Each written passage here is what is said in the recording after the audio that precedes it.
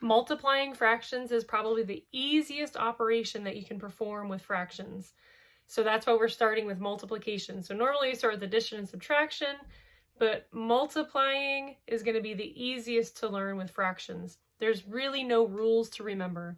So basically all you have to do is just multiply the numerators, multiply the denominators, and then if you can, reduce it at the end. So we always put our fractions in lowest terms or reduce it, make the lowest equivalent fraction possible by dividing the top or the bottom number by the same number. So let's go ahead and practice a few.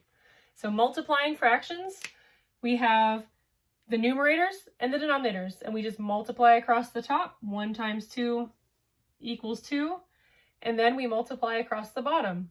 6 times 7 equals 42. So this is going to be another instance where your multiplication tables are going to pop up again. So we want to make sure that we're still practicing our multiplication tables and getting used to those. So can we reduce this? So when I look at this number, I see that both of these are even. So I know that I can at least divide them by 2. So if I divide them by 2, and whatever I do to the bottom, I do to the top. Whatever I do to the top, I do to the bottom. Keep it equivalent. 2 divided by 2 equals 1.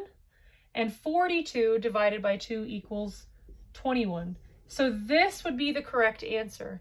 So in your homework, you want to get used to always putting your fractions in lowest terms. Always reduce. That's never even a question. That's assumed that you always reduce your answer.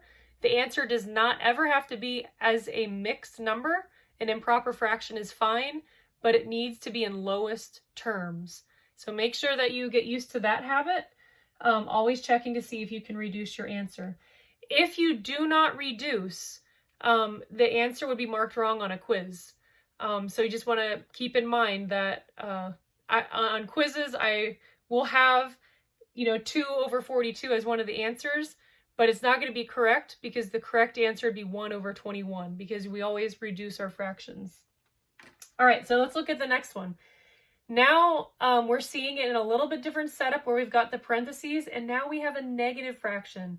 So remember our rules of integers. When we're multiplying a negative times a positive, the answer is going to be negative. So the rules of integers are going to apply here as well. So we don't want to forget those. So we're multiplying a negative fraction times a positive fraction, which is going to give us a negative fraction. But we're just going to multiply across the top, multiply across the bottom, and see what happens. So 2 times 3 is 6. 5 times 4 is 20. So a negative 6 over 20. Are we done? No. Again, both of these numbers are even, and I can see that I can reduce if I divide the top and the bottom by 2. So remember, we still have our negative sign. So 6 divided by 2 is 3. 20 divided by 2 is 10. So our answer would be a negative 3/10. So again, even when we're throwing in these parentheses, it's still just multiplication. Even when we have negatives, we're still just remembering those properties of integers that we learned in chapter 3. And again, making sure we reduce at the end. Now, are we always going to have to reduce?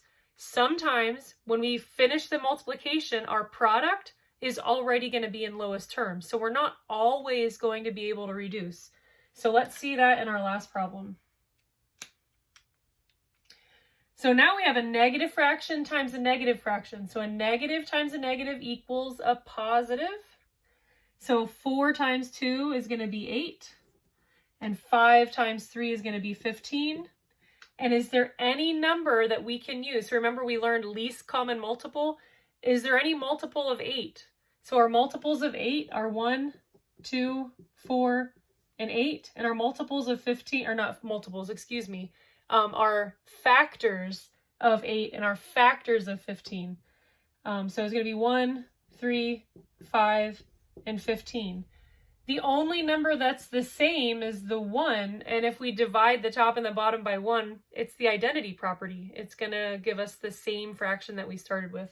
So in this case, we couldn't reduce because the answer was already in lowest terms. And so that does happen sometimes. So our answer would be 8/15. But we don't want to assume that. We always want to check to make sure, and we can always check by just listing out all the numbers that we can divide by and making sure that GCF, the greatest common factor, if the greatest common factor is 1, then you know that you can't reduce it. So just remember, multiplying is the easiest thing you can do. Multiply across the top, multiply across the bottom, and then reduce at the end.